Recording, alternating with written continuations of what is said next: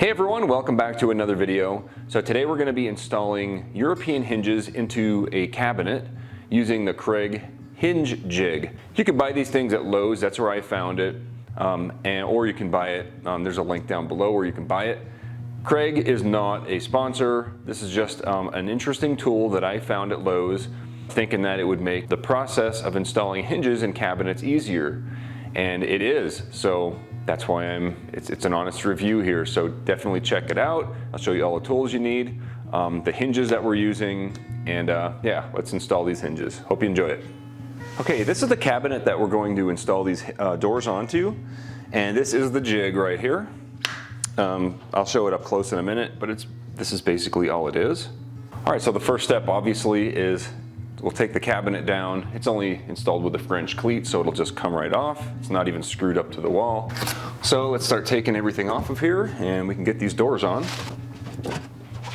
All right, so the first thing I'm gonna determine for the doors is what side do I want to be on the outside and the inside. This one here has some stuff happening here. So this is the nicer side.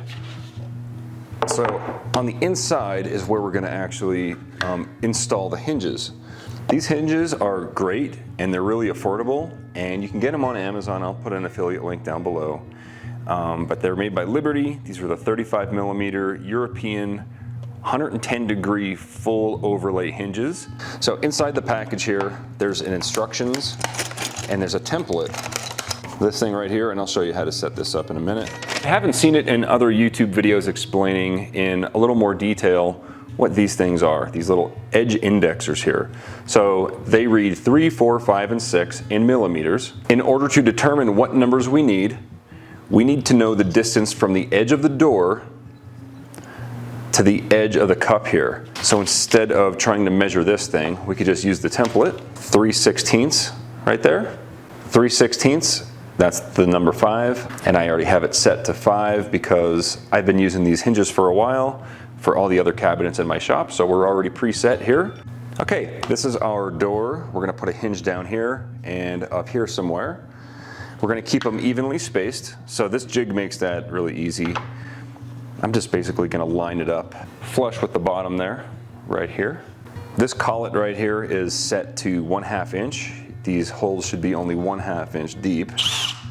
So, now before I take the jig off of there, I'm gonna clean up this dust, and there's 2 little indexing holes here. We're gonna drill 1/16 inch holes into there. That's for our screws. We just have to mark them, just so I know where they're at. All right, we'll repeat that process on the other side, and then we can install the door. Actually, I'm going to repeat the process on the other door as well, and then we'll install the doors.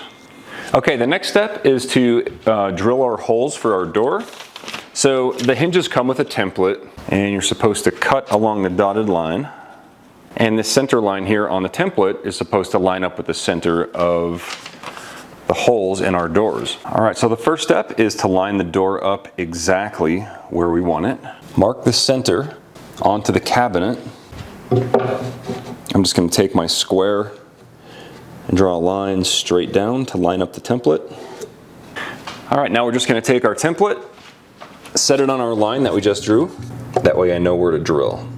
And I can knock them all out at the same time. So I'm just using the tip of my pencil here to poke a hole through the template. All right, use a 16th inch just to pre-drill these.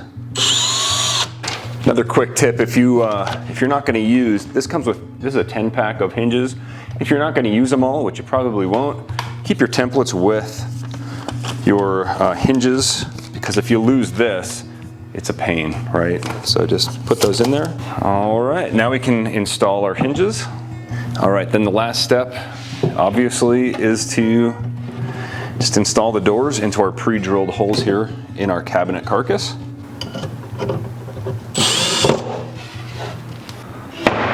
All right, there we go. Got a nice even seam down the middle.